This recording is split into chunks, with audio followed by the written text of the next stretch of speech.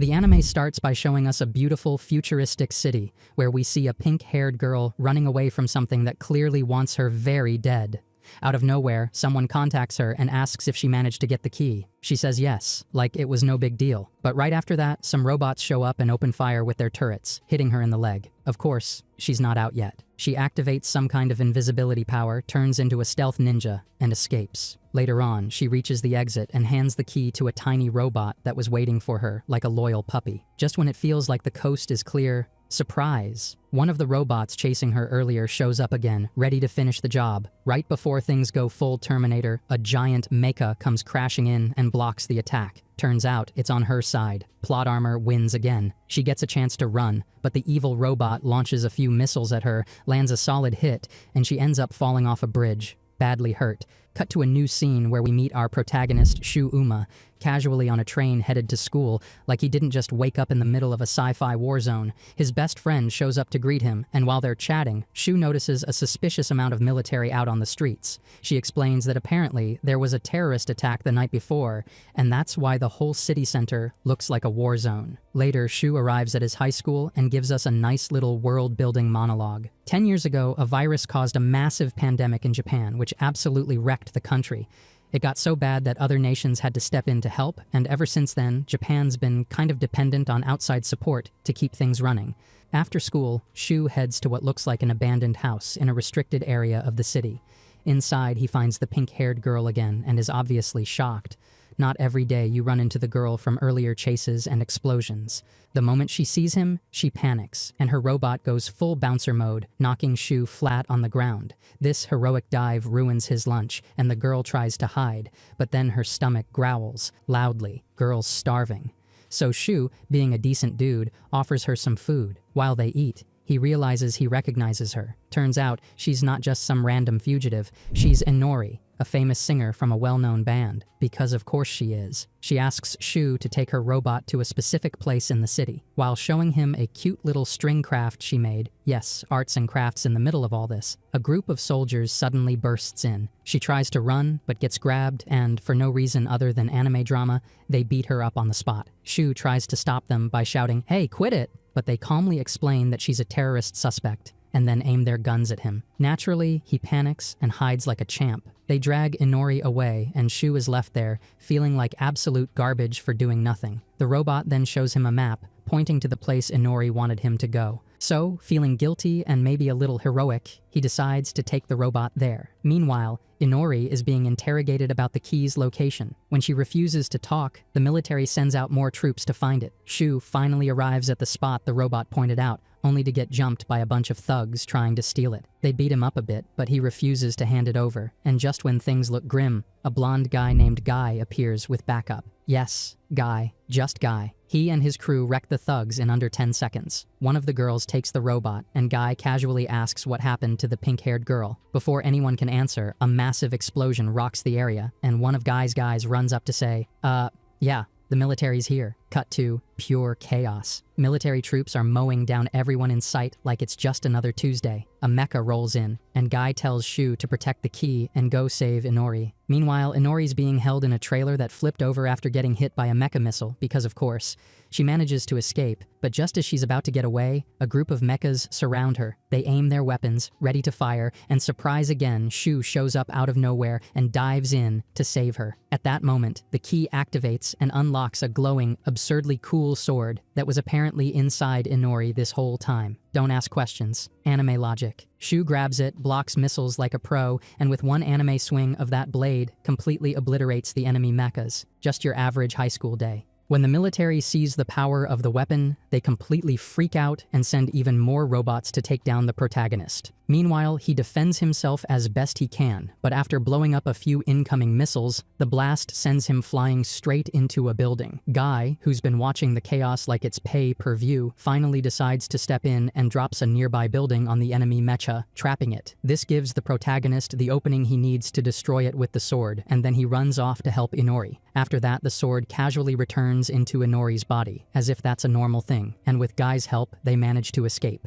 In the next scene, we see Guy's allied mecha, piloted by a girl, getting absolutely wrecked by another enemy robot. The one piloting this new mecha is Yan, the son of a high-ranking military officer, because nothing says qualified like being born into it. Yan shows up to meet with the squad that's hunting Inori and casually tells them he's joining the mission, but he'll do things his own way because his dad runs the show. The other soldiers basically nod and pretend they're cool with it. Later on, we see the protagonist, Guy, and Inori on top of a building. Guy scolds Inori for failing to bring him the key, and just when things get tense, the protagonist defends her, saying she did the best she could.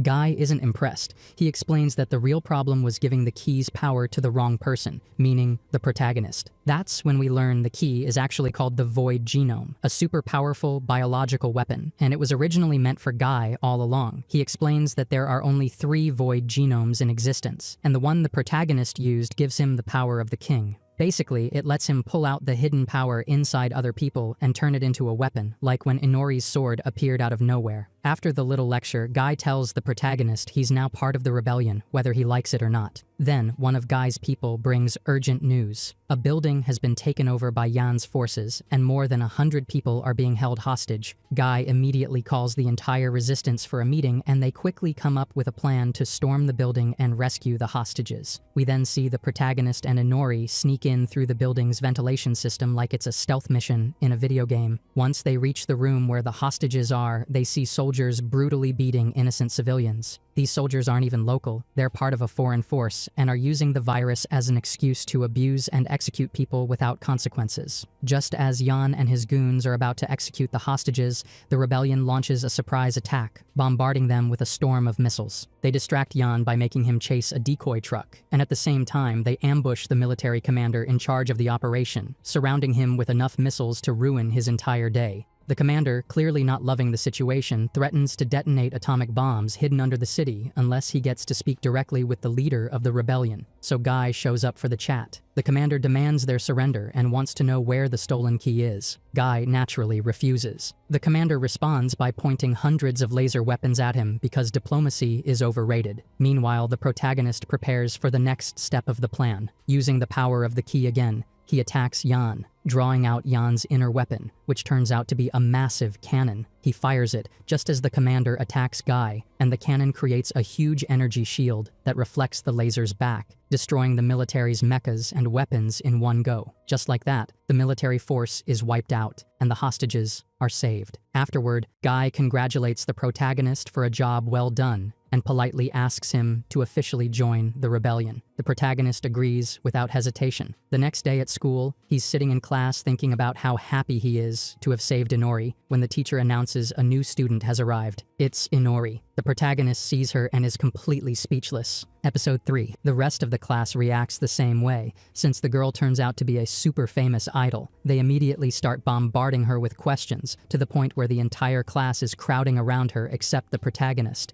who's just sitting there, wondering what on earth she's doing there. Seeing the chaos, the protagonist's best friend Yahiro steps in and tells everyone to stop bothering her. Later, during gym class, one of the protagonist's classmates, who proudly claims to be Inori's #1 fan, comments on how amazing she looks in her PE uniform. The protagonist says she looks so perfect it's like she's not even real. The fan doesn't appreciate the honesty and insults him on the spot. After school, the protagonist returns home feeling pretty bad about all of it. Just as he's about to go inside, Inori shows up out of nowhere and opens the door herself, like she owns the place. Naturally, the protagonist is stunned and starts asking her why she's there. She ignores him and walks in like nothing's happening, and as he follows her, he trips over her robot friend. When he finally catches up to her, she's already casually changing in the living room. He asks again what she's doing in his house, and she calmly explains that the rebellion told her to stay there, so now she's living with him. Meanwhile, somewhere far more stressful, the military's top brass is holding a serious meeting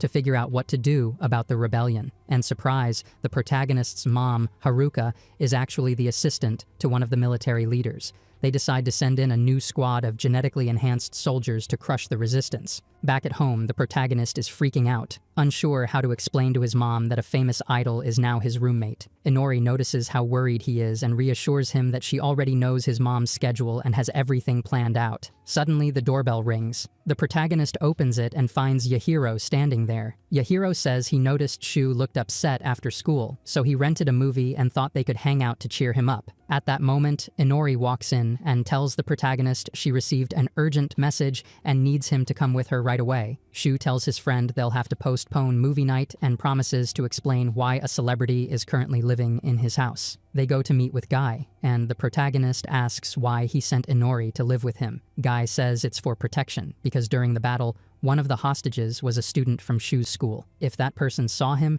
there's a chance they could report him to the military. Guy gives them a new mission: figure out who that student was. Shu says his school has thousands of students, so it's basically impossible. But Guy tells him they can identify the person using the power of the key, since it lets Shu draw out people's inner abilities. Guy adds that he saw the inner powers of everyone present during the battle, so if Shu pulls out the wrong one, he'll know instantly. The next day, Shu and Inori come up with a plan to find out who it was, but when Shu tries to use the key's power on a girl, it doesn't work, and he accidentally ends up touching her chest. And of course, several classmates walk by at that exact moment and see everything, immediately turning him into the school's new favorite target for bullying. Later, Shu and Inori theorize why the key didn't work, and conclude that it requires direct eye contact to activate someone's inner power. This is bad news for Shu, who is painfully shy, but after some encouraging words from Inori, he decides to try again. The next day, he attempts it with a guy instead. This time, by maintaining eye contact, it works. He pulls out the guy's inner power, which materializes as a futuristic motorcycle. Cool, but unfortunately, not the person they're looking for. So they keep going, trying student after student, but have no luck finding the right one. Shu is exhausted, and Inori tells him they're looking for someone whose power materializes as a pair of scissors. She also explains that what appears from each person represents their fears and insecurities, and these objects are called voids. Shu then asks Inori why his void is a sword, but right before she answers, the girl he accidentally touched earlier appears, furious, and starts chasing him. Thankfully, Yahiro jumps in and helps them hide in the school gym. While talking to his friend, Shu starts to piece things together and realizes that Yahiro is the person they've been looking for, remembering that Yahiro has always had a fear of scissors. When Shu confronts him, Yahiro snaps and attacks him. Shu stops him by pulling out his void, which turns out to be a pair of giant scissor-shaped weapons. Inori immediately moves to eliminate Yahiro, saying that was her mission all along, but Shu stops her, saying he doesn't want to lose his best friend. Inori doesn't get it. Orders are orders, but Shu manages to calm her down and convinces Yahiro to keep everything a secret. Together, they report to Guy that the situation has been resolved. Later, Shu and Inori return home by train. On the way, Inori tells him she wants to keep living with him because she wants to learn more about friendship. Suddenly, the train stops in the middle of nowhere. In front of them, several armed soldiers appear. The doors open and, in a shocking twist, Yahiro pushes Shu out of the train and betrays him. Shu is arrested by the military. After that, Inori tries to stop the train to help the protagonist, but one of the rebellion's agents holds her back, saying Guy specifically ordered her not to get involved. So, next we see the protagonist in the back of a police truck being taken to a military-base prison. When he arrives, he's interrogated by a high-ranking officer named Makoto, who asks about his connection to Guy, since they were seen talking during the battle. The protagonist refuses to say anything, so Makoto decides to take him to another building to show him something. On the way, we see that the base's security has been beefed up due to a threat from Guy, who kindly let them know the rebellion would be coming to rescue their teammate. Makoto then explains what Yahiro was really doing during the battle and why he turned the protagonist in. Turns out Yahiro was dealing drugs to make money. And since there was a reward for turning in anyone connected to the rebellion, he took the opportunity. They arrive at a room full of patients infected with the apocalyptic virus. Among them is Yahiro's younger brother. The treatment to keep the virus under control is insanely expensive, so Yahiro was desperate to find a way to pay for it. Makoto also gives the protagonist more background on the virus that broke out 10 years ago, which led to widespread chaos and riots known as Lost Christmas. According to Makoto, the military stepped in, restored order, and kept the virus contained. All of this, of course, is supposed to convince the protagonist that the rebels are the real bad guys, but he's not buying it, because he's already seen how ruthless the military can be. Finally, Makoto reveals that the supposed upcoming attack by the rebellion is actually a mission to rescue one of their captured members. His name is Kenji, and he was arrested for a suspected terrorist act. Makoto hands the protagonist a transmitter, which he can use to secretly reveal his location when he meets up with Guy again. Oh, and if he refuses, they'll arrest Inori. No pressure. Meanwhile, Inori is feeling helpless for not being able to save the protagonist, and she's left wondering what she can do. In the next scene, the protagonist is taken to a room where he's supposed to meet with his lawyer, who turns out to be none other than Guy. With help from Tsugumi, a hacker from the rebellion, they shut down all the surveillance in the room. Guy tells him they're launching a rescue operation that very night and need his help. During the chaos, the protagonist has to find Kenji and use his void to escape. At first, the protagonist hesitates, but before he can even finish saying no, the rebellion's plan kicks off. A blackout hits the base, and explosions go off, causing the military to scramble and activate full lockdown mode. The rebels, however, keep hammering the place with wave after wave of missiles. While all this is happening, Guy keeps trying to convince the protagonist to follow through with the plan. Suddenly, Inori contacts them, saying she's coming to rescue him herself. Guy is furious, because that definitely wasn't part of the plan. The protagonist decides to escape and find her. On his way out, he's caught by a mecha and pinned down. Just in time, he's rescued by another mecha piloted by Ayase, the rebellion's expert mecha pilot. She's not thrilled to see him and scolds him for making Inori disobey Guy's orders. She even threatens to kill him herself if anything happens to her girl, Gabby. Ignoring the death threat, the protagonist continues trying to escape the building. He eventually runs into Guy and the person they came to rescue. When he sees Kenji, he immediately jumps at him and uses the key's power to extract his void. It turns out to be a gravity-manipulating pistol. He uses it to take down one of the military's mechas with ease. Unfortunately, more enemy robots show up and surround them. Just then, Inori arrives, leaping toward the protagonist. Seeing her, he unleashes the full power of the weapon, creating a swarm of anti-gravity bubbles. He uses them to float toward Inori, grabs her, and pulls the massive sword from within her once again. With it, he absolutely obliterates the remaining military mechas in epic fashion. After the dust settles, they escape the facility together, along with Kenji. Outside, they meet up with Guy,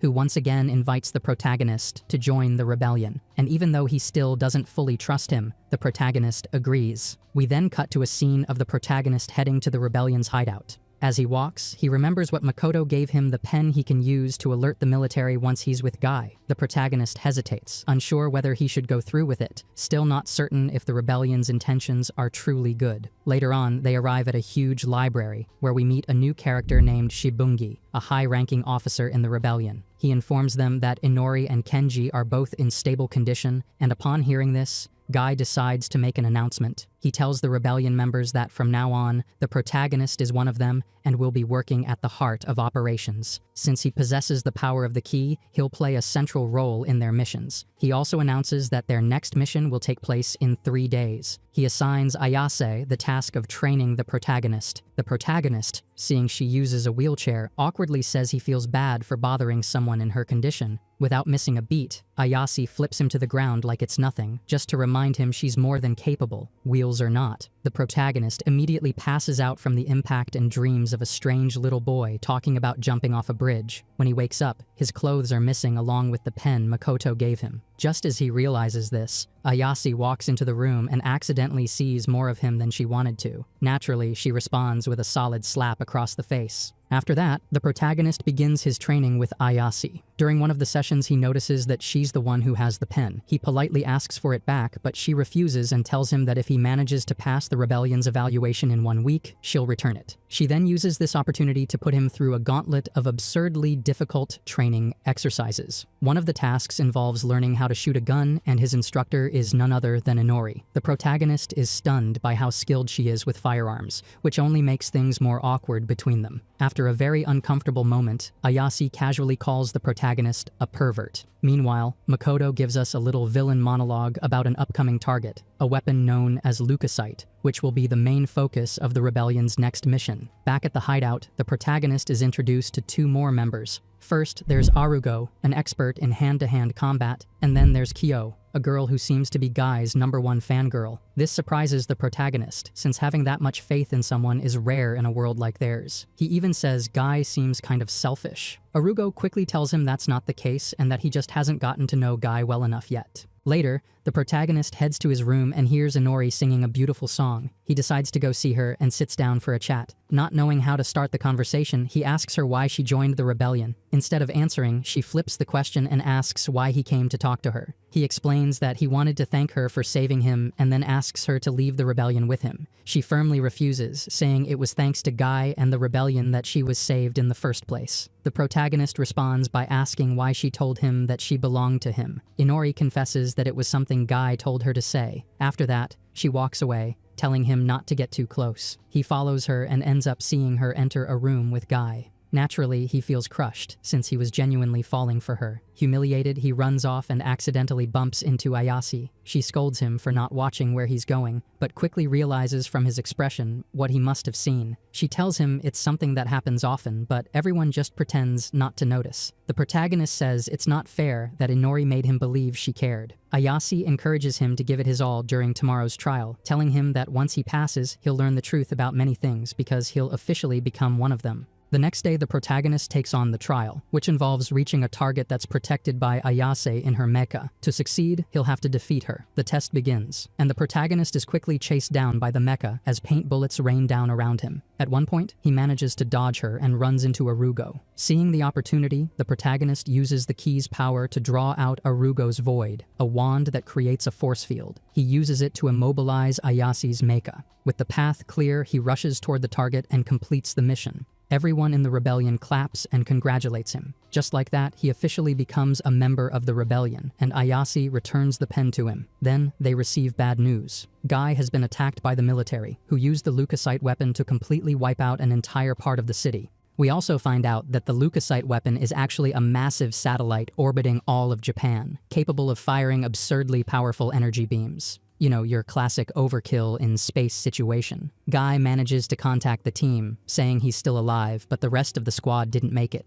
On top of that, all their supplies were destroyed too. With that tragic news out of the way, Guy decides it's time to plan a new attack against the military. Next, we see the rebels setting up camp in the ruins of the attack site. From there, they start strategizing how to raid the operations base that controls the leukocyte. The plan is to get to the weapon's power core, which is protected by a force field. Touch the field, and a lockdown protocol kicks in, disabling the weapon. That's why they need the protagonist's power, along with Kenji's gravity void. Guy also warns them this mission is a high-risk translation. Lots of people might not come back. Hearing that, the protagonist nobly offers to go solo, but the rest of the team immediately shuts him down.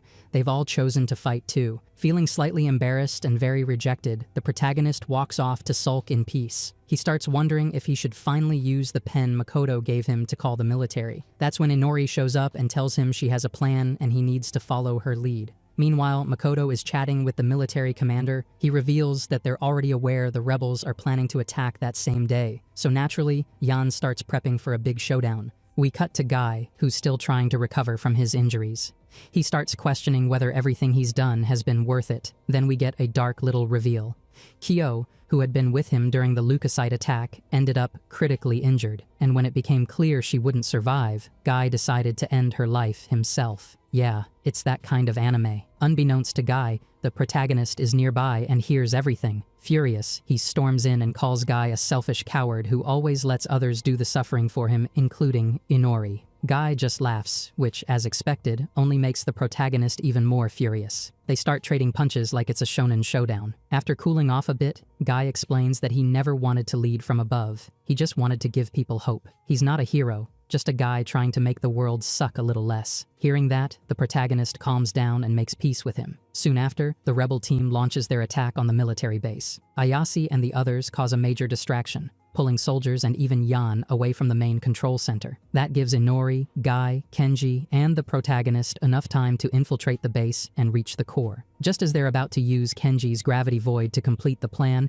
Jan shows up, of course, and starts shooting like a maniac. One of his shots hits the core, badly damaging it and knocking the satellite out of orbit. Now it's plummeting toward Tokyo at high speed. Not exactly ideal. The team scrambles to escape the base. Then Guy gets an idea and asks the protagonist for the pen Makoto gave him. Turns out Guy has known its true purpose all along. Right on cue, Makoto appears. Guy offers him a deal: save the city, and in return, wipe the protagonist's criminal record. Makoto, being a weasel but not a total monster, considers it. Guy explains the real plan to the protagonist. The pen doesn't transmit signals, it's actually a beacon. When activated, it tells a second leukocyte satellite to fire on its exact location. In other words, Guy plans to use the beacon to destroy the falling satellite by standing right underneath it.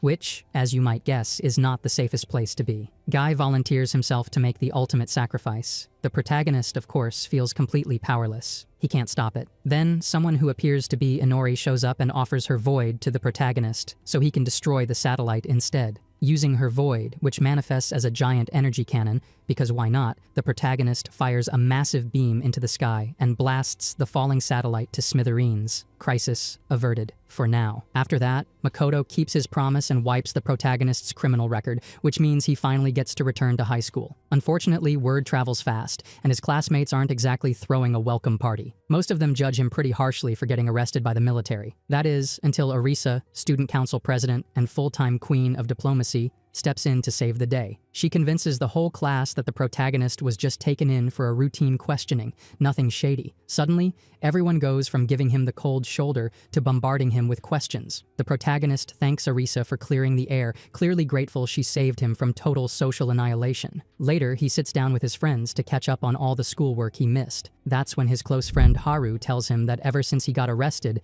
Yahiro hasn't shown up at school. This immediately raises a red flag, and he asks Inori if she knows anything about it. Inori shoots him a look and asks why he even cares after Yahiro literally betrayed him. Fair point. Just then, Haruka, aka Mom, walks through the door and is more than a little surprised to find Inori casually hanging out at home. The protagonist panics and starts explaining, but to his shock, Haruka doesn't make a fuss. Instead, she tells him to go out and buy some cake because they're having a proper dinner and she wants the full story. Meanwhile, Guy meets with his team. Shibungi gives him the bad news. Ever since the leukocyte attack, their supplies are running dangerously low.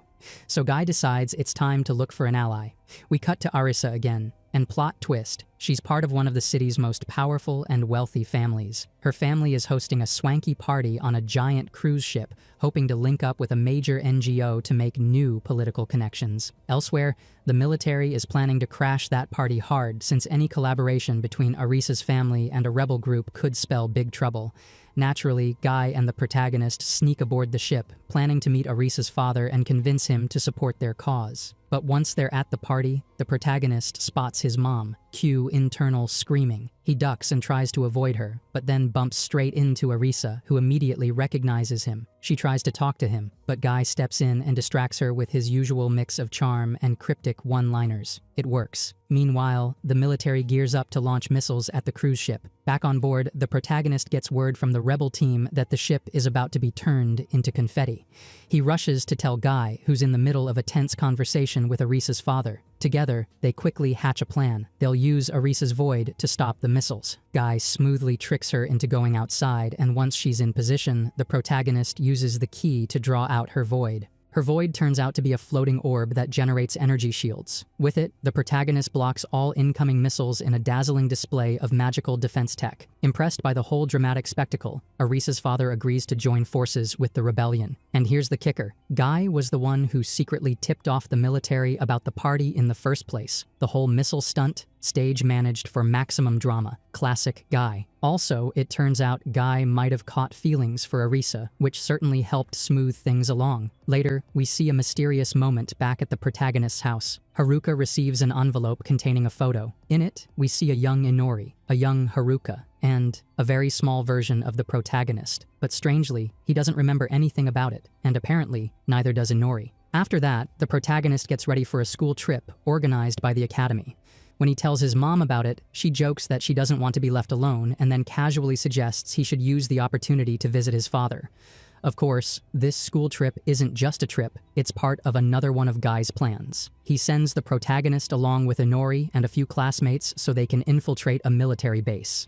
They're all assigned to stay at a mansion provided by one of Guy's allies. Once they arrive, Suda, one of the protagonist's classmates and a key part of the mission thanks to his void, starts teasing him about Inori. He's found out they live together and immediately assumes they're a couple. Everyone's confused and the protagonist scrambles to explain the situation, but Suda cuts him off and suggests they all go to the beach instead, because of course he does. At the beach, the protagonist sets up an umbrella in the sand and quietly thinks about how annoying Suda is. Loud, nosy, and always saying something inappropriate, but then he spots Inori in a swimsuit and completely freezes. She looks stunning. And unfortunately, Haru notices how hard he's staring, Haru, who clearly has feelings for him. So she makes a bold move and invites him to go swimming, trying to grab his attention. Meanwhile, Shibungi and other rebel members are secretly keeping an eye on the group from a distance, making sure nothing goes wrong. Later on, the girls head back to the mansion but notice that the protagonist and Suta are missing. Kanan tells them that the protagonist left early to take care of something. We then see Suta wandering around trying to take photos of the beach when a hat flies past him.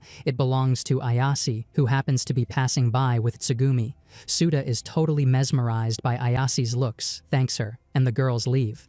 Elsewhere, the protagonist is visiting a cemetery. Turns out his father is dead, and this was once the place he used to live. He lays some flowers on the grave, and right then, Guy appears. Guy starts talking about his father, explaining that he used to be a professor at a prestigious university and was one of the early scientists fighting the apocalypse virus. The protagonist admits he doesn't know much about his dad. He's always avoided asking Haruka about it to avoid upsetting her. All he knows is that his father died 10 years ago. On Christmas. Guy tells him he's there to explain the next part of the mission. He takes the protagonist to a cliff with a clear view of what looks like a hidden military base. Their goal is to infiltrate it and steal a mysterious stone linked to the apocalypse virus. The mission requires both the protagonist's power and Sauda's void. The protagonist isn't sure he can convince Sauda to help, so Guy tells him to use Inori as bait. Suda is a huge fan of her band. The protagonist clearly doesn't like this plan, but Guy insists it's necessary. Cut to the girls taking a bath together. Haru's thinking about how nice it is to spend time with the protagonist.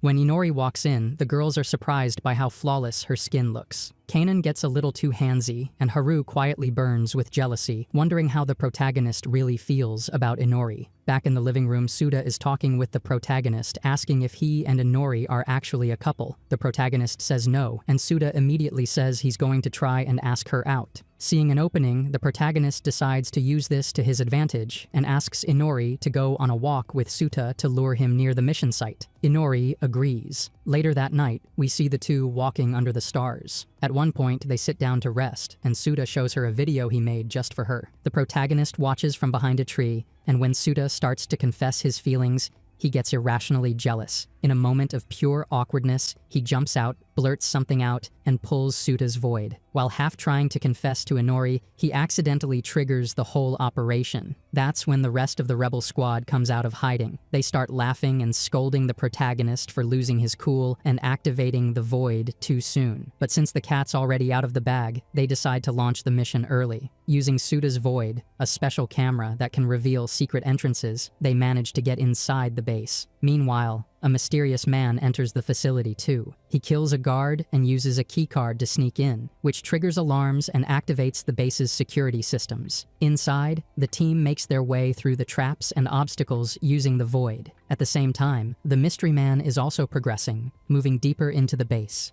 Eventually, the rebels reach the room where the stone is supposed to be, but when they open it, the stone is gone.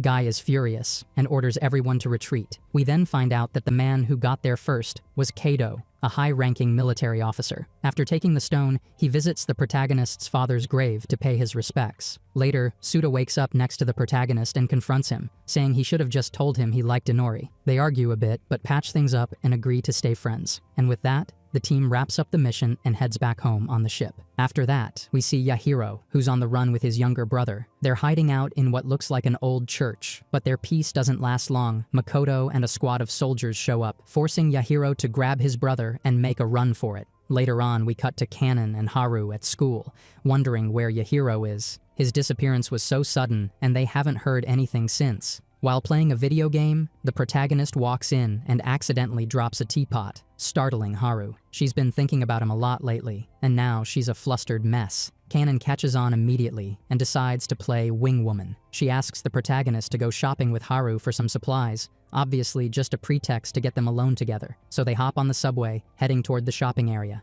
On the way, Haru starts thinking about how she might confess her feelings. But suddenly, the train jolts to a stop and she falls forward, right onto the protagonist's chest. Completely embarrassed, she starts to work up the courage to tell him how she feels. And then, Yahiro bursts into the train. He's in a hoodie, clearly trying not to be recognized, and he trips as he runs in, spilling some medicine all over the floor. The protagonist and Haru are both stunned. The moment the protagonist recognizes him, he decides to confront him. Yahiro, ever the smartass, makes a joke about how close Haru and the protagonist are standing, which only makes things more awkward. The protagonist brushes it off and asks Haru to go do the shopping on her own. He has something to deal with. Yahiro leads him to his new hideout where his brother is resting. He tells the protagonist how they escaped after the attack on the military base, but what neither of them knows is that Makoto has been spying on them the whole time and is planning to make his move. Back in the hideout, Yahiro asks the protagonist if he could lend him some money, just enough to keep feeding his brother and stay in hiding. But instead of handing over cash, the protagonist calls Ayase and asks her to send a team to pick them up. Yahiro's surprised he's helping after everything that happened, but the protagonist says he's not doing it for Yahiro, he's doing it for Jun, his little brother. They get ready to leave, but just as they're about to go, Makoto's forces ambush them. The two try to escape, but the situation looks hopeless. With no other choice,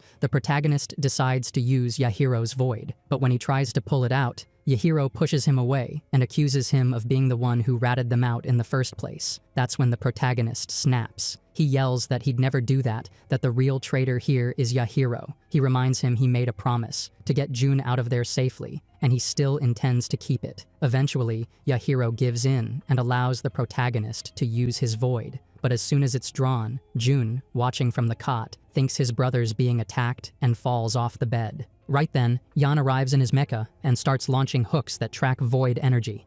The protagonist manages to destroy one of them, but Yan fires off a bunch more. One of them hits Jun directly. Everyone freezes. Makoto then points out something strange. Jun's illness is giving off the same energy as the voids. Suddenly, the virus inside Jun starts spreading right into Yan's mecha, corrupting the machine and even affecting Yan himself. The mecha goes berserk, turns on the other robots, and wipes them out. Then it starts moving toward the protagonist and Jun's body. The protagonist prepares for a fight, but the robot doesn't attack. Instead, it reaches out and gently lifts Yahiro's body. The protagonist jumps in to defend his friend, but just before anything happens, a strange portal appears. The same kind that opens whenever he pulls out a void.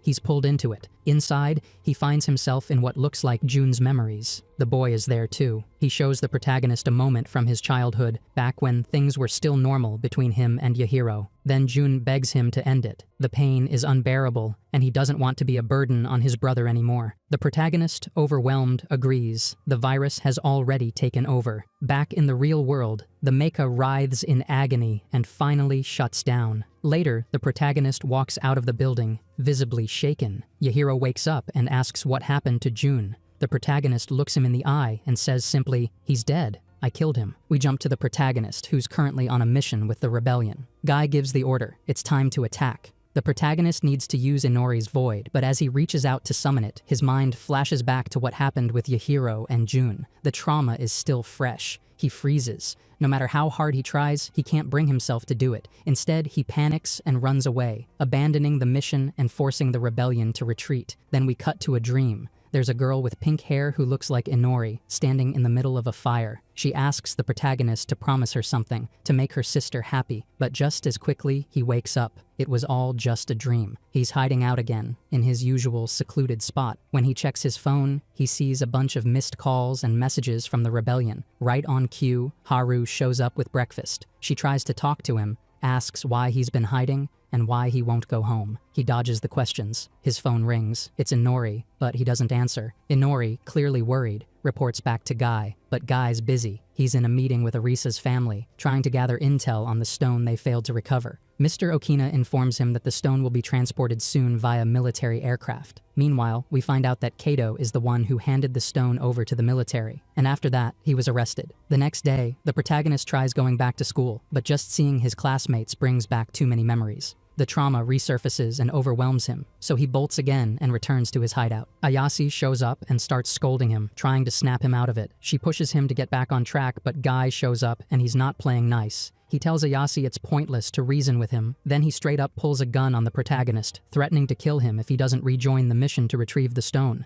But the protagonist doesn't budge. He insists he never wanted this power, so Guy takes aim and pulls the trigger. But he doesn't actually shoot, just a scare tactic. When even that doesn't work, Guy and Ayase give up. Guy tells him he's officially out of the rebellion. The protagonist returns home, where Inori is waiting. He tries to apologize for ignoring her, but Inori quietly offers him a song she wrote to help him feel better. When she moves in to hand it over, he has another flashback. Without thinking, he slaps her hand away, destroying the song and calling her a monster. Inori starts crying. She says goodbye and leaves the house. Only after she's gone does the protagonist notice the onigiri she made for him, clumsily shaped, clearly made with care. That's when he breaks down and starts crying. Meanwhile, the military prepares to move the stone. Jan is the one assigned to handle it, and before the handoff, he runs into his father, the general, right as the elevator opens, and catches him making out with his secretary. Classic awkward moment. Back with the rebellion, they start planning their next move to intercept the stone mid-transport. Guy is getting medical treatment, and Inori, sitting nearby in another chamber, asks if he thinks she really is a monster. Guy tells her not to dwell on what the protagonist said. Then he asks her, almost teasingly, if maybe she's fallen for him. Inori starts to wonder if she has. Cut to Kado, who's now getting chewed out by the protagonist's mom for stealing the stone. In retaliation, or maybe as a warning, he tells her everything. The protagonist has the power of the key, he's tied to the rebellion, and she should seriously question whether Inori can be trusted. Back at the mission site, the rebels are already in place, making their move on the military transport plane. Meanwhile, the general carries the stone into a conference room. The rebels sneak their way toward the plane without being detected. But surprise, Makoto already knew this attack was coming. He has the military troops inject themselves with a vaccine, and just as the rebels bust into the cargo hold using an explosive, they find it empty. No pilotas, no cargo. A sign pops up. You fell into the trap. Makoto activates a device remotely. Turns out the real stone is in the conference room, and it begins to emit a strange purple energy. Cut back to the protagonist. He's with Haru now. He gets really close and asks if he can stay by her side. Then he says it. He knows she likes him. She slaps him across the face. Haru tears into him. She knows he's only using her as a replacement for Inori. And worse, she saw everything that happened with Yahiro and Jun. She tried to be there for him anyway, but all he's done is push her away. As she cries, he tries to apologize. But then everything changes. The sky starts to darken. The stone, it turns out, wasn't just a stone. It's a key, one that activates a nearby tower. That tower starts broadcasting waves that trigger infection in everyone nearby. People start collapsing. The virus spreads rapidly. Even Guy, who's still aboard the nearby aircraft, gets infected as he falls within the range of the tower. We learn this entire scheme was orchestrated by Kado, and he gave the order to Makoto. The rebellion is caught in chaos, trying to flee while being hunted down by the military. However, Guy is severely affected by the virus, and Inori tries to help him. Then we see the military commander, who is at the site where the key was activated. Everyone there begins to transform due to the virus. Suddenly, Jan arrives in his mech to save his father, but upon seeing him with his lover, he kills him. As a result, Kendo becomes the new general in command. Meanwhile, when a soldier attacks Makoto, the protagonist's mother takes the opportunity to escape. At the same time, Tsugumi contacts the protagonist and tells him that the whole plan has failed and that Guy and Inori are still at the airport. The protagonist then decides to ask his friends for help in order to save them, planning to use their voids for the mission. However, Yahiro protests, claiming that the protagonist is only treating them like tools. The rest of the friends ask what he means by tools, and this is when the protagonist explains the power of the key. He asks Hare for help, and with this, he draws out her void, a set of bandages that can heal any wound. He tells the group that he has used their voids before and apologizes for it. After explaining why he needs their help, everyone agrees to go with him. In the next scene, Kado uses the key to open a door and enters it with Makoto. Meanwhile, Guy and Inori, after finding Haruka, head to a tower that can broadcast a song that can help halt the virus. At the same time, the rest of the rebels try to hold off the military. Inori begins singing, and the virus starts to disappear from the people. Meanwhile, the protagonist and his friends arrive at the airport and come under attack. The protagonist uses Arisa's void to create a shield that protects their vehicle. After breaking through the first barricade, the military destroys part of the bridge, but with Hare's void, they manage to repair it and continue moving forward. After defeating a group of mechs, they finally arrive where Inori is located, but suddenly, Jan attacks from within a mech, causing their car to flip and trapping them. In that moment, Yahiro gives the protagonist his void, which he uses to defeat Jan and reach Inori. Just when it seems like they're safe, a portal opens behind Inori. From it emerges a blonde boy named Yu, who, it turns out, also possesses the key's power. He draws out Inori's void and attacks the protagonist, but Guy intervenes, placing himself in the path and taking the blow for him. At that moment, as Yu takes Inori, the Apocalypse virus reactivates, and this time it's stronger than ever. Guy, barely holding on, orders the protagonist to follow Yu because Yu plans to sacrifice Inori to bring someone named Mana back to life. Just before the portal closes, the protagonist jumps in after him. As they travel through the strange space between worlds, Yu traps him in a trance, forcing him to relive memories he didn't even know he had. He sees himself as a child, standing on the beach with a girl, Mana, his sister.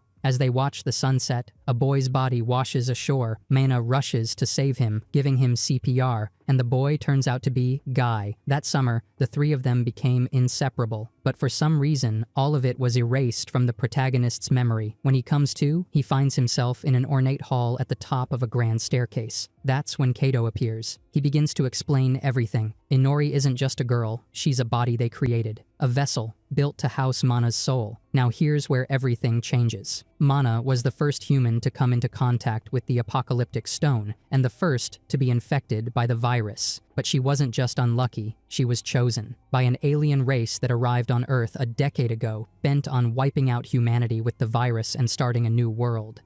Mana had a role to play. She was meant to be the Eve of this new world, but for that she needed an Adam. So she chose her brother, the protagonist, because she had fallen deeply in love with him. But when he rejected her, everything unraveled. That's what triggered the first outbreak of the virus. And in the chaos, Mana's physical body was destroyed. Now Yu, an agent of that alien race, plans to use Inori to host Mana's soul, marry her, and finish what was started, the creation of a new species and the destruction of humanity. The protagonist tries to fight, but he's no match. Yu and Kato overpower him with ease. But just then, Ayase and Guy arrive. Turns out they made it onto the ship with help from Makoto, and Guy, though still injured, is alive. They jump into the fight, but Ayase is quickly defeated. Seeing no way out, Guy pushes the protagonist to remember the truth. The day the virus started, the day he rejected Mana, the pain, the shame, everything he forced himself to forget. And when those memories come flooding back, something inside him changes. The full power of the king awakens. Now,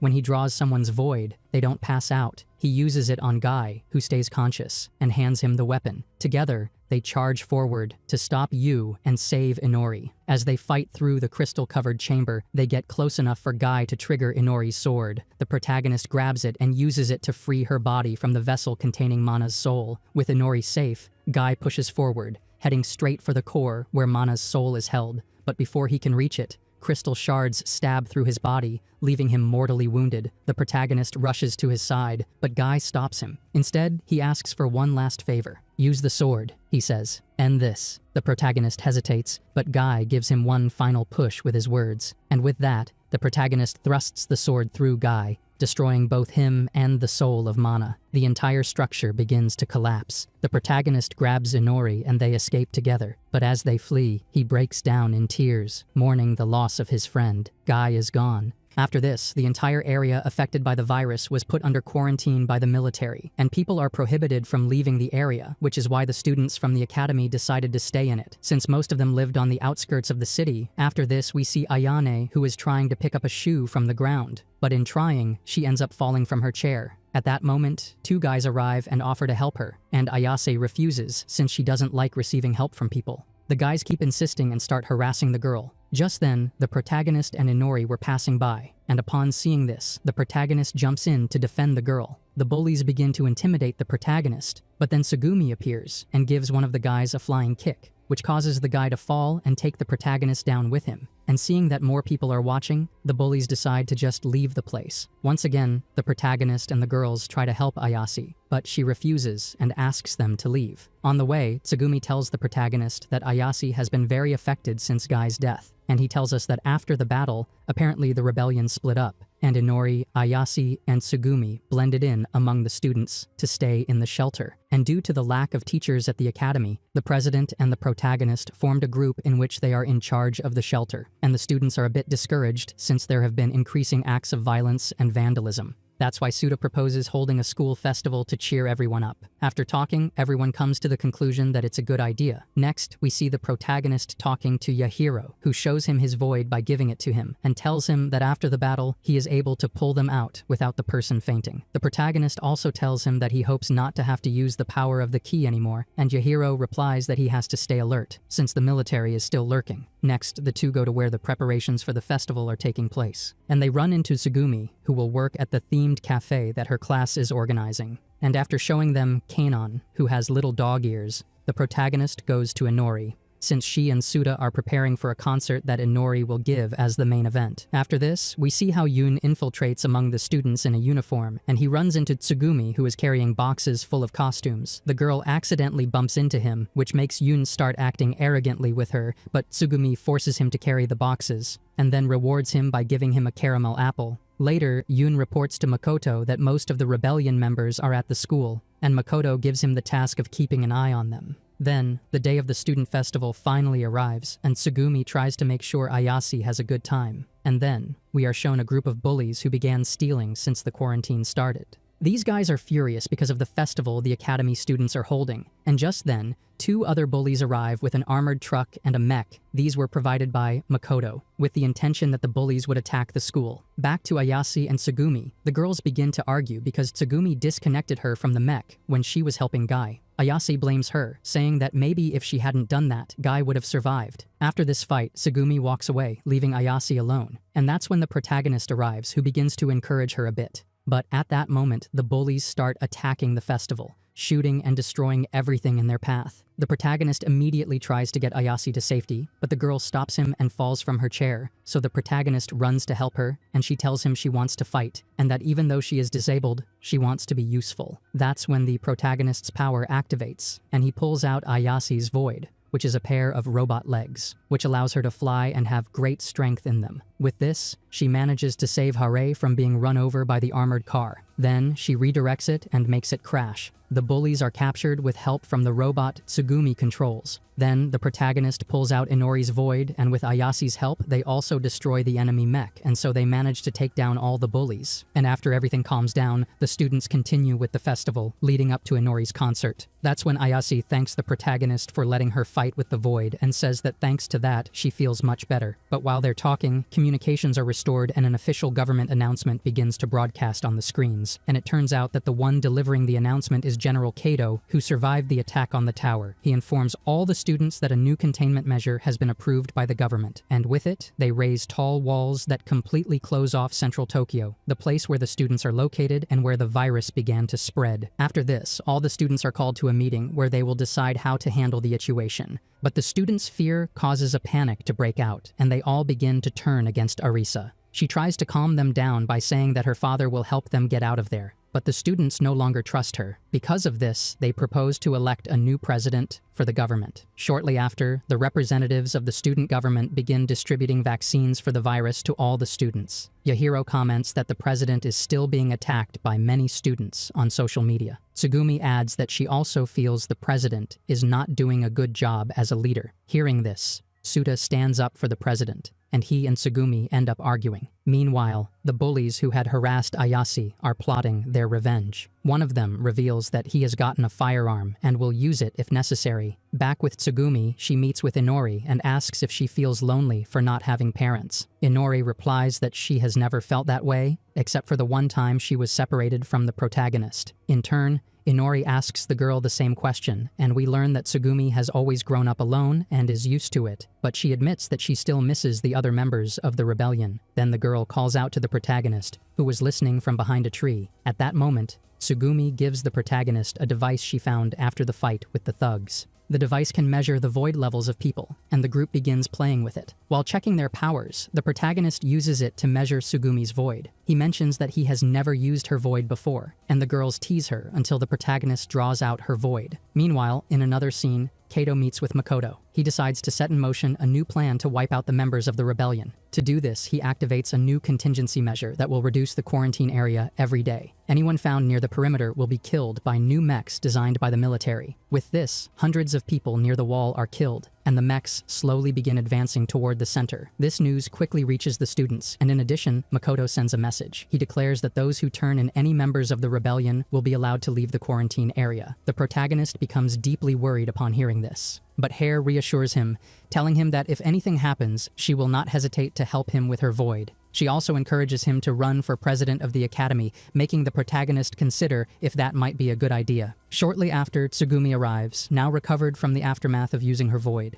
While they are talking, the group notices some thugs harassing a girl. It turns out that members of the rebellion have a mark on their arm, and the thugs have started checking all the students for the mark. Realizing this, the protagonist becomes alarmed, knowing that Inori and Ayase are in danger. He goes to find her, but Inori has already defeated the boys trying to grab her. Soon after, Ayase is captured by the group of thugs that had been harassing her the day before. Tsugumi arrives to save her, but ends up being restrained by the students as well. Due to this situation, the president calls all students to a meeting in the academy's main hall. Arisa tries to calm the students down, saying that the rumor about the rebels is false. But the thugs step forward and claim it is true, saying they have captured some of the rebels. They present Ayase and Tsugumi as their hostages and try to expose them by showing the marks on their arms. The girls resist as long as they can, and the thugs end up pointing a gun at Tsugumi. Seeing this, the protagonist decides to protect his friends, steps in, and stops the thugs. The students obey him, having witnessed the incredible power he possesses. Then he confesses openly that he is a member of the rebellion, warning that if anyone touches his friends, they will have to deal with him.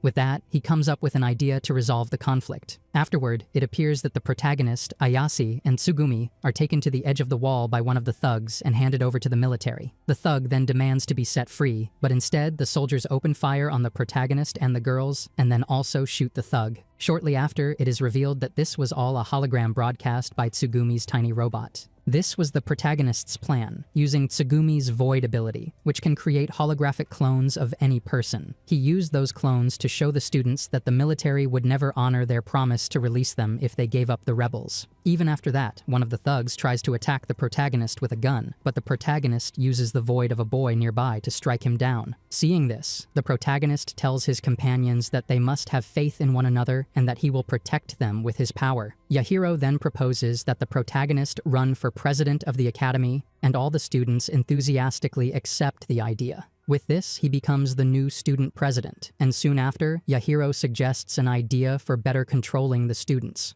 To classify them based on the void level of their powers using the device Tsugumi had found. But this goes against the protagonist's way of thinking, as he tries to make sure everyone feels included. Although earlier they had been conducting exams to assess every student's void, the idea of ranking them goes against his values. He finds it too tyrannical. The protagonist wants to keep the students united. As the wall draws closer to the school, he has managed to maintain order and calm among the students. However, supplies and vaccines are growing increasingly scarce, and Yahiro points out that this is a strong reason to implement the classification plan, so that the strongest and hardest working can stay prepared to fight the military. The protagonist decides to ask the rest of his friends what to do, and Inori encourages him to do what he feels is best. After this, Ayase, Hare, and Tsugumi take a shower in the school's bathroom. Hare mentions to the others how unfair it is that the protagonist has to make such an important decision all by himself. Ayase reminds her that this is part of his role as president, and Tsugumi teases Hare, telling her she should hurry up and confess her love to the protagonist. Later, Suda goes to the protagonist to voice his discontent with the classification system they want to implement. The protagonist tells him that he doesn't like the idea either, and Suda encourages him not to accept this ranking of the students. After a fun scene where the boys shout out their thoughts, the protagonist goes to the rest of the council to share his decision. But he finds them in the middle of counting the virus vaccines, and they conclude that there aren't enough for all the students. Then Yahiro encourages the protagonist once more to classify the students. But the protagonist realizes that Suta is at the very bottom of the ranking, and after being cornered by his companions, he ends up accepting the classification method. While he's walking down the corridors, he encounters Suta and a group of students, the lowest in the rankings. They ask the protagonist to let them use their voids for practice so they can be of use to the academy. Meanwhile, Yun is shown talking with Makoto on the phone. Makoto mentions that the students are about to run out of supplies and will soon be pushed closer to the wall, so they must be ready. Yun replies that the kids are just students and that the military doesn't need to fear them too much,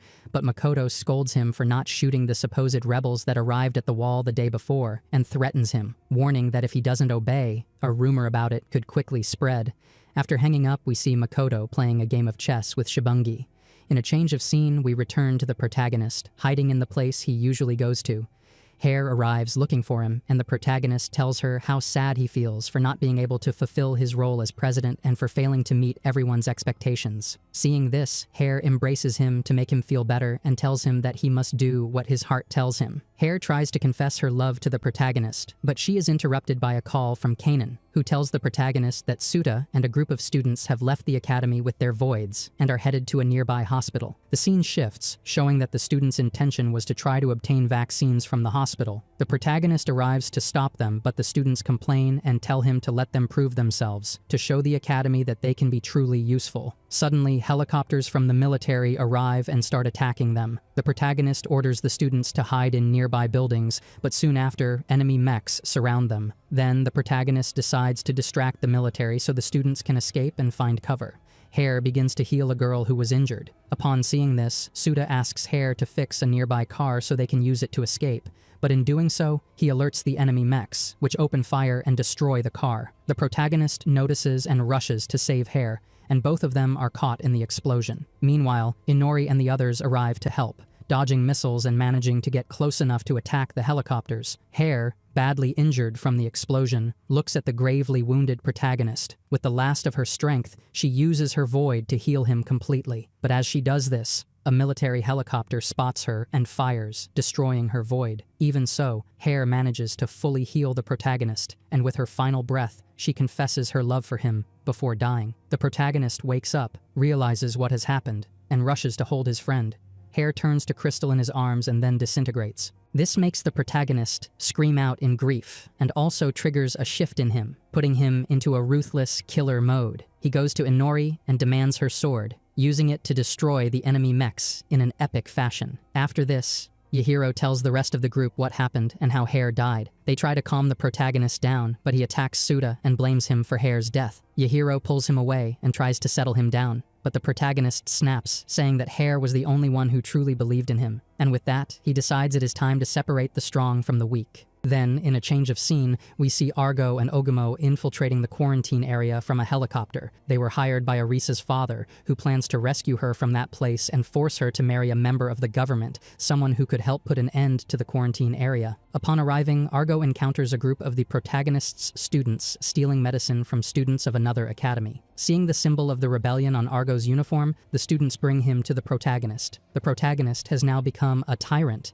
and the king of the school, having classified all the students based on the strength of their voids. He is also recruiting students from other schools who have powerful voids, building an empire out of what used to be the academy. Argo arrives where the protagonist is, and the protagonist forces a girl to hand over her void so she can be classified. Argo tells him that he is there to take Ayase away. The protagonist decides to take Argo to a place he needed to visit, an abandoned ship that sank the day of the tragedy. The ship contains army supplies, which the protagonist has been collecting by using lower-ranked students. These students appear to be already infected with the apocalypse virus, but if they do their job well, they're rewarded with vaccines. All of a sudden, one of the oxygen pumps starts to fail. This pump is responsible for providing air to Suta, who is trapped in the depths of the ship. Seeing this, the protagonist decides that they will help him, and if he wants to make it out, he has to do it on his own. Argo refuses to stand by and do nothing, so he rushes to operate the emergency pump located nearby. The protagonist stops him, threatening him with a scythe. He tells Argo that they're planning an escape from the quarantine area, and for that, they need every resource available. If they waste them on lower-ranked people, it will ruin their plan. Argo criticizes him, saying this way of acting is too discriminatory, but the protagonist replies that due to the scarcity of supplies, acting this way is crucial. He also adds that he can't hand over Arisa, as she has a very powerful void and is needed for their escape.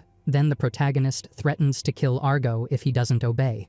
When Argo refuses, the protagonist decides to imprison him instead. Shortly after, Suda manages to escape the ship on his own, and Argo is thrown into a cell. A robot belonging to Tsugumi arrives and explains to him what happened. How, after Hare's death, The protagonist built a kingdom based on voids and how the people, out of fear, decided to obey him. In a new scene, we see Yu, who appears to still be alive, picking up the rings he intended to use to propose to Mana. Meanwhile, Commander Kato, who has been monitoring everything happening at the academy, informs Makoto and the protagonist's mother that things are going as planned, and that the protagonist has amassed many voids within the academy. Then the former president goes to speak with Argo, having heard that he was looking for her, but she is stopped by a student trying to harass her. Ayase intervenes, threatening him with a knife. After this, we shift to the protagonist, who is with Inori. Inori tries to comfort him, but she behaves in a strange way, as if she weren't herself. Suddenly, the protagonist is alerted by his companions that Argo has escaped from his cell. This was thanks to Tsugumi, who gave him the key and also subdued Ayase so she wouldn't alert the others. Argo tries to reach Arisa to escape with her, but he is stopped by the protagonist. The two of them begin fighting hand to hand, and Argo quickly manages to take down the protagonist. Then Yahiro appears and threatens Argo with a weapon, but suddenly some beams, dislodged by a void the protagonist used, fall on a girl. The protagonist leaps to save her, but this results in the girl's void being destroyed, causing her to crystallize and die. The protagonist then realizes that when a person's void is destroyed, the person dies along with it. Arisa, who was hiding nearby, witnesses this and escapes. The protagonist begins arguing with Yahiro, who tells him that Hair had died from a supposed genetic weapon.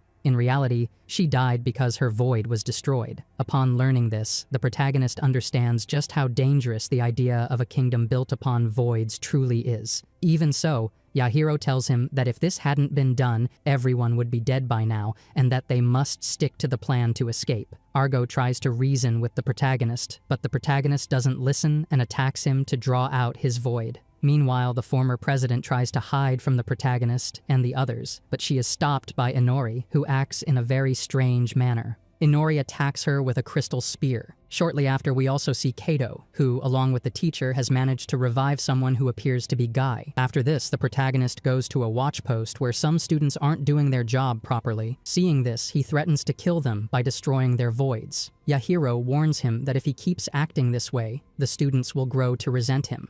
But the protagonist believes this is the only way to maintain discipline. Yahiro fears the students might ally with Ayase against the protagonist, while Inori has a flashback of what happened and how she is starting to lose control, doing things she doesn't want to do. Meanwhile, Arisa, still deeply traumatized by the attack, is in her room when she receives a phone call. She starts telling the person on the line about the situation at the school, but she's caught by the thug assigned to watch her. Arisa then begins flirting with him, manages to win him over, and makes him send a message to everyone, revealing what happens when a person's void is destroyed. This causes many students to turn against the protagonist, as they now feel he has been deceiving them all along. Then, in a change of scene, we see the leaders of the world's major powers meeting to discuss the threat Japan now poses to the rest of the world. They come to the conclusion that action must be taken. Shortly after, Yahiro goes to talk to Arisa, suspecting her as the one spreading the rumor. Arisa tells Yahiro he shouldn't trust the others, especially Inori, and goes on to recount the attack she suffered from her. Meanwhile, Inori is with the protagonist, and she tells him about the attack as well, how she feels she is starting to become someone she doesn't recognize. The protagonist promises that no matter what happens, he will always protect her. At that moment, Yahiro arrives and informs the protagonist about the attack Inori carried out, claiming she needs to be judged and punished. But the protagonist chooses to defend Inori and accuses Yahiro of lying to him about the voids. After threatening him with Inori's sword, he forces Yahiro to leave, then demotes him to the lowest rank. Later, we see Arisa with the thug, and it becomes clear she's rewarding him with sexual favors in exchange for information about the plan to escape the quarantine area. The thug gives her the date, time, and exact location of the escape. Arisa plans to use this information to remove the protagonist from power. The day of the escape arrives, and all the students move toward one of the walls. However, the students have started spreading the rumor of a coup. Meanwhile, Kato is closely monitoring the situation, planning to take action against the protagonist. The protagonist and the rest of the group arrive at the site of the attack, and quickly the military mechs start pursuing them. In response, the protagonist puts the attack into motion, and with Arisa's help, who appears to be working with the protagonist, they charge toward the machines. But the mechs open fire, killing several students instantly. This creates a distraction, allowing the protagonist, using Inori's void, to advance and destroy many of the mechs in a single blow. The plan is to reach a control tower that operates all the mechs in the area. The protagonist charges toward it, destroying several more mechs, and using the void of a girl who gives him a boost, he reaches the tower. He then uses a sword to destroy the control center, shutting down all the mechs and causing the tower to collapse, opening the way for the students. With that, they finally manage to escape the quarantine area. But this is when the former president's plan is set into motion. All the students point their weapons at the protagonist and separate Inori from him so she can't defend him. Then, Suda pushes the protagonist into a crater, and the students begin accusing him of using them as tools. Inori breaks free and rushes toward the protagonist, but suddenly, she is run through by a void sword. At that moment, dozens of government mechs arrive, and it is revealed that the one responsible for this is none other than Guy, who has been resurrected by the military and is now a very different person. Guy approaches the shocked protagonist and, with a single strike, severs the protagonist's arm, the one that held the key's power.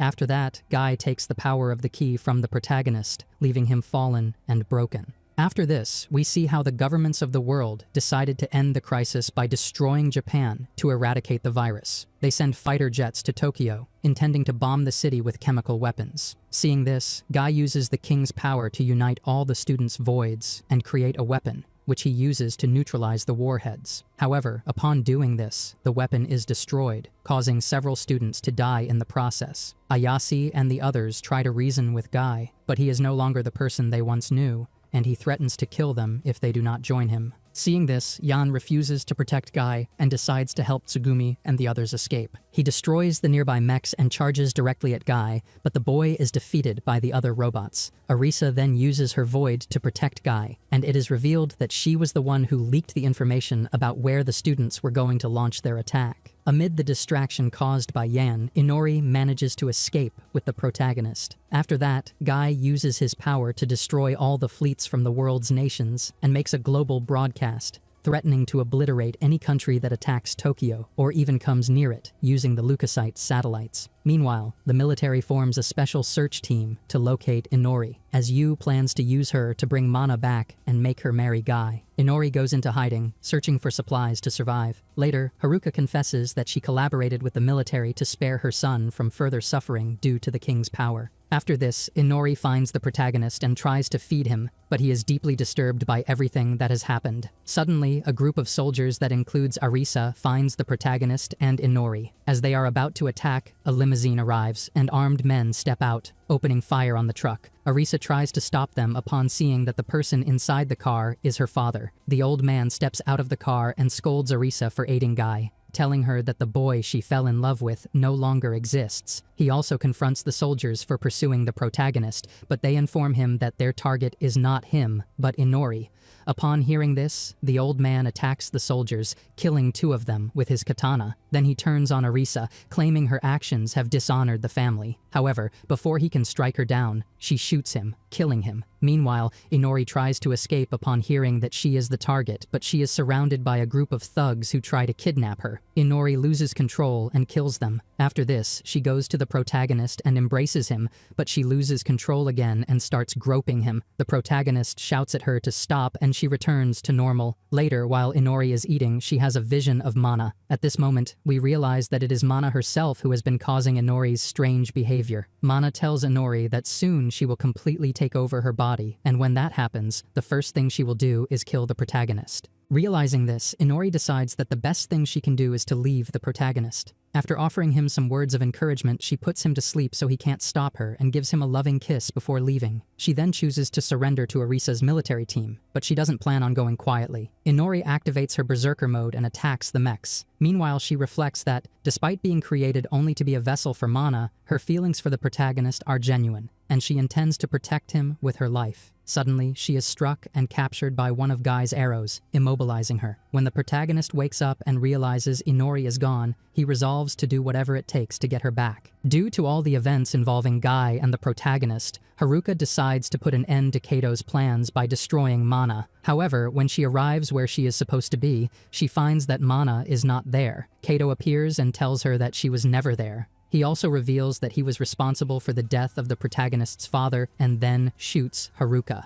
Later, we see Arisa patrolling the area with her squad when suddenly she is threatened from behind by the protagonist. He forces her to tell him where Inori has been taken. At that moment, an announcement is broadcast to all military units via Arisa's phone, alerting them that the protagonist's mother has escaped and stolen a briefcase containing a top security item. Because of this, the protagonist forces Arisa to take him to find her, in exchange for her telling him where Inori is. Meanwhile, Haruka arrives at Arisa's father's mansion, and, due to the old man's death, the person now in charge is a girl named Kurachi. Kurachi tells her about the old man's death, and Haruka explains how she managed to escape and tried to kill Mana to stop Kato's plans. This shocks Kurachi, as Mana used to be her daughter. Omogo then points out that this means the protagonist is also her brother. Haruka explains that the protagonist is not her biological son, but that she became his stepmother when she married his father. After he passed away soon after, she decided to raise Shu as if he were her own, although there was always a certain distance between them. Then Makoto, who decided to take on the mission to capture Haruka, manages to locate her. He arrives at the scene with a group of people, causing Kurachi's group to stand on alert. However, the people act as if they were only looking for vaccines for the virus. Upon hearing that they were supposedly harmless, the group lets down their guard and opens the door. Makoto and a couple of guards then open fire, shooting everyone present. Omogo manages to save Haruka and tells her and Kurachi to run. As the girls escape, Omogo attacks Makoto, who kills him easily with a knife. Even so, the girls manage to escape and, on their way out, decide to seek help from another group. Kurachi spots the briefcase and asks Haruka about it. Haruka reveals that she stole a void genome, the device that holds the king's power. After this, they arrive at Ayasi's group, and Argo tells the girls about Omogo's death. Later, Haruka and Ayase talk about the void genome, and Haruka explains that if used by an ordinary person, it can cause an allergic reaction and destroy them. So it must be used by the protagonist, as he has used it before, although this doesn't guarantee that he can tolerate it. Even so, Haruka doesn't want Shu to have to go through that again. But suddenly, the base is attacked by Makoto's mechs. Upon seeing this, the protagonist, who was on his way with Arisa, jumps out of the car to help his mother. Meanwhile, Haruka and the others try to escape, but with no way out, Ayase asks Haruka to use the genome on her so she can fight and stop the mechs. Just as she is about to administer it, Makoto appears and reveals his plan. He wants to obtain a void genome for himself, fascinated by its power. Ayase goes after the device when it falls down some stairs, and Makoto starts shooting, with her friends trying to cover her. After falling down the stairs, she reaches the device, but Makoto stops her again by hitting it, sending it flying until it lands right at the protagonist's feet. Upon seeing it, the protagonist picks it up. Everyone tries to stop him from using it, and his mother warns him that the genome could kill him. The protagonist replies that no one else should have to suffer from using this power. After telling Haruka that he loves her, he injects the void genome into himself and regains the king's power. Then he draws forth his own void, which manifests as a crystallized right arm with green veins running through it, replacing the arm he had lost. This new void can extract and assimilate other voids, as well as use them to their maximum potential. When he does this, the void turns black with a green outline, resembling the shape of his own. He then asks his friends for their voids and uses them to finish destroying the mechs. When Makoto tries to run Ayase over with a truck, the protagonist stops it using Suda's void and, with Yahiro's scissors, destroys Makoto for good. With this, he manages to save his friends, and thanks to his new void, he can also absorb the virus from people. This allows him to cure Suda's illness, and he resolves to use this new ability to put an end to the virus once and for all. Everything that has happened is reported to Guy by Kaido, but for him, the priority is now to focus on Mana's resurgence, as she increasingly takes over Inori's body, which is being held captive at the military base. Shortly after, Guy delivers a new message to the world, announcing to all nations that due to their repeated attacks in recent days, he has decided to put an end to mankind. He gives them the date when the attacks will begin. Meanwhile, the protagonist and the other rebels make a plan to stop Guy. It is then that Shibungi appears and explains Guy's plans to them, how he intends to spread the apocalypse virus across the world, wiping out all living beings. He also gives the protagonist a diary that Guy left for him. The diary belonged to the protagonist's father, and Guy decided to send it to him so he can understand the truth about his father. Meanwhile, as Kato talks with Guy, he recounts how he and the protagonist's father met. In college, Kato used to be very antisocial, until one day he met the protagonist's father, Kurosu, who was a huge admirer of Kato's research. They started working together and became close friends. However, one day, Kato accidentally discovered Kurosu with the woman who appeared to be the protagonist's real mother. When she became pregnant, the couple married and went to live where the Apocalypse meteorite had fallen. This meteorite was discovered by Mana, and Kato and Kurosu began to investigate it. One day, a being named Yu appeared before them, explaining his purpose on Earth, to wipe out humanity and create a new world with Mana. The protagonist's biological mother became infected by the Apocalypse virus during pregnancy, and Mana chose the protagonist as her partner to repopulate the world. Yu allowed her to live until she gave birth, after which she passed away. Following the death of his wife, Kurosu strongly opposed Yu's mission, leading Yu to try to convince Kato to join his cause. Kato eventually agreed and started working with him. After this, Kato and Yu began experimenting on children to find the ideal partner for Mana, and one of these children was Guy, who managed to escape by jumping into the sea. Later, he was found by Mana and the protagonist by the shore. In a shift of scene, we see the protagonist being examined by Haruka. As she does this, she remembers her past with the protagonist's father. They met when she joined Kurosu's research team,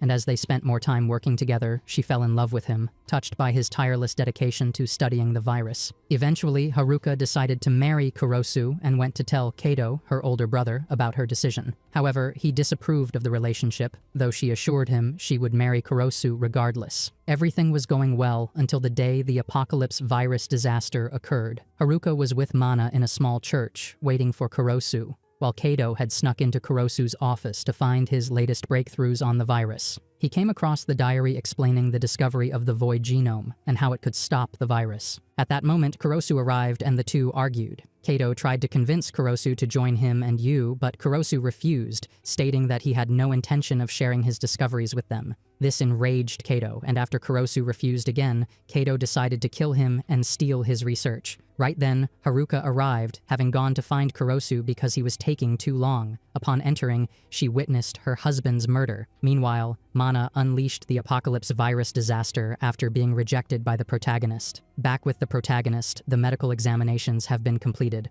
Haruka warns him that if he keeps absorbing the virus from others, he will eventually be consumed by it. She also tells him that it might already be too late to save Inori, as Mana is already inside her, and it's only a matter of time before she fully takes over her body. Even so, the protagonist tells Haruka that he doesn't intend to give up and will try to save Inori no matter what. His mother embraces him and weeps. Just then, someone arrives to inform him that the helicopter is about to take off. Before he leaves, the protagonist tries to return the voids he took from his friends, knowing that if he dies, they will die too, as their voids are linked to him. Yahiro refuses, telling him that everyone has decided he should fight using their voids. After an emotional moment with Suda, the protagonist departs for the mission to rescue Inori and stop Guy. After this, we see Guy being informed by his military staff that the United Nations has deployed an army to attack him. The protagonist and the others have joined this attack, and preparations begin to put an end to Guy. As everyone prepares for the battle, the protagonist encounters Ayase, who asks for help getting into her mech. The protagonist assists her and tells her she looks very beautiful. This makes Ayase blush, and she asks him if he would be able to kill Guy if he came face to face with him. The protagonist replies that he wouldn't hesitate for a second to do so, and he apologizes for having used her void to fight against him. She reassures him that it was her decision to give it to him, and that she hopes it will be very useful. Then, the attack on the military base begins. The combat helicopters launch hundreds of mechs. Upon seeing this, Guy uses the voids of Arisa and others, combining them to form a giant bow. He uses this weapon to shoot energy arrows, which strike and completely destroy several ships in the fleet. Meanwhile, the protagonist and the others have already infiltrated the military base. Yan appears, piloting a new modified mech, and attacks the protagonist's group, but it turns out to be an illusion created by Tsugumi's void. Meanwhile, the actual group led by the protagonist continues to advance covertly through the underground sections of the facility. At that moment, Tsugumi uses a program created by Haruka to hack and deactivate all the military mechs. As a result, the army ships mobilize to support the group on the ground, and the protagonist continues to move forward, using Suda's void to carve a path until they reach a point where the group separates. The protagonist goes on alone to save Inori, who is about to have all her memories and emotions erased. Gei uses his powers to crystallize Inori, making Mana emerge from that crystal. At that moment, Inori thanks him for having saved her that day when he rescued her from the laboratory where she was created. She tells him how happy it made her that she was able to meet the protagonist. Guy doesn't understand what she sees in Shu, and Inori explains that he showed her how beautiful and sad the world can be, and that despite all his struggles and failures, he revealed to her the true meaning of being human. Even though she was only meant to be a vessel for Mana, she fell deeply in love with the protagonist. Meanwhile, the protagonist's team continues trying to advance towards Inori, but the military regains control of the base, slowing their progress. As this happens, Inori is finally consumed by the crystal, but before she loses consciousness, she begins singing the song she always used to sing for the protagonist. The protagonist hears it and finds where she is, and the entire group mobilizes to reach her. Upon arriving, they are stopped by Yu. When Argo sees him, he begins shooting at him, but Yu easily catches the bullets and sends them back. Then, he separates the protagonist from the rest of the group and begins to speak with him. Shu asks him who he is and what he wants. Yu explains that he is an envoy from an alien race and has come to create a new world. He then asks the protagonist if he is willing to unite with Mana to create a new race on Earth. The protagonist immediately replies no,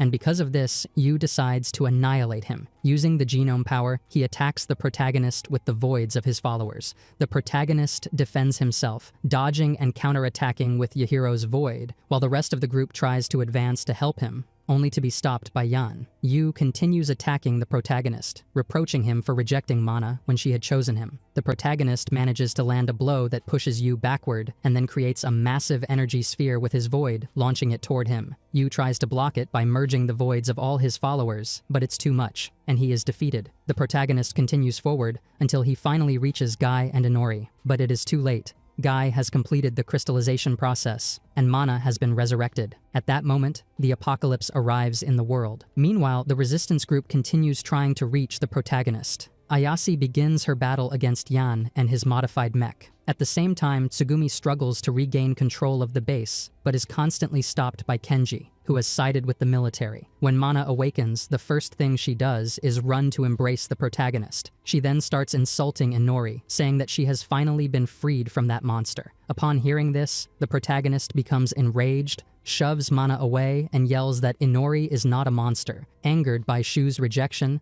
Mana prepares to attack him, but Guy intervenes. He tells her that he will take care of the protagonist and uses his genome to draw out Mana's void. He uses it to manipulate the environment, and then Mana tells the protagonist that she will never forgive him for rejecting her and that he will pay dearly for it. She begins a ritual to generate a massive surge of energy that causes all the mechs to shut down. At the same time, she starts spreading energy rays across the world, infecting people with the apocalypse virus. Thousands of people turn to Crystal and die. Guy tells the protagonist that this is the true apocalypse for humanity and attacks him with his sword. Shu, struggling, defends himself with the help of his powers. Meanwhile, Ayase and the others are mercilessly attacked by Yan. Argo uses a machine gun to give Ayase a chance to escape, and because Yan's mech is powered by a void, it becomes infected by the apocalypse virus. The protagonist continues fighting Guy, trying to make him come to his senses, but Guy, no longer himself, criticizes the protagonist for rejecting Mana and wounds him with his sword. Elsewhere, Haruka arrives where Kato is and threatens him with a gun. Meanwhile, Guy is about to kill the protagonist, and the protagonist is ready to give up, when suddenly he hears Inori's voice. The voice emanates from a crystal rose she left before dying, and she encourages him to keep fighting, telling him that she believes in him completely. The flower of Inori connects with the protagonist, releasing a surge of energy that stops Mana's attack. It also disables Yan's mech, halting the assault on the rebels. Meanwhile, Shibungi finds Kenji's hiding spot and kills him, allowing Tsugumi to regain control of the base. The protagonist then summons Inori's sword, releasing its full power, and begins the final battle with Guy. While this is happening, Ayase manages to take control of her mech and, with Tsugumi's help, attacks Yan with all their strength, defeating him. The protagonist charges his sword with all the combined power of himself and Inori, delivering a final blow that defeats Guy. Guy then transports him inward to a space where the true Guy appears. Guy describes this place as where Mana is chosen, a utopia created by Yu. Here, Guy confesses to the protagonist that he had always been in love with Mana, and before disappearing, he begs the protagonist to save Inori and free Mana from Yu's control. He then bestows upon the protagonist his void genome. Returning to the scene, the protagonist finds Inori, who has managed to control Mana, but she is severely weakened by the Apocalypse virus. It is then that the protagonist makes a decision. By merging both genomes, he begins to absorb all of the Apocalypse virus from every person, as well as all of their voids. His companions realize this, and as the building starts to collapse, they have no choice but to escape. Jan's assistant manages to save him before he is captured by the army. The protagonist continues to absorb the Apocalypse virus until he is completely crystallized along with Inori, but suddenly, he has a vision where he sees Inori. She gives him a red thread that she used to play with him. Upon taking it, the crystal around him shatters, freeing him, but this causes Inori to disappear. The entire building collapses, and it appears as if the protagonist has died as well. Meanwhile, his friends grieve outside the building, blaming themselves for not having been able to help him. 5 years later, the story picks up with the protagonist's friends gathering for dinner. To their surprise, the protagonist arrives as well. He is alive. He managed to survive, although he has gone blind. The final scene shows him sitting on a bench, listening to the songs that Inori used to sing. This is how the anime Guilty Crown ends.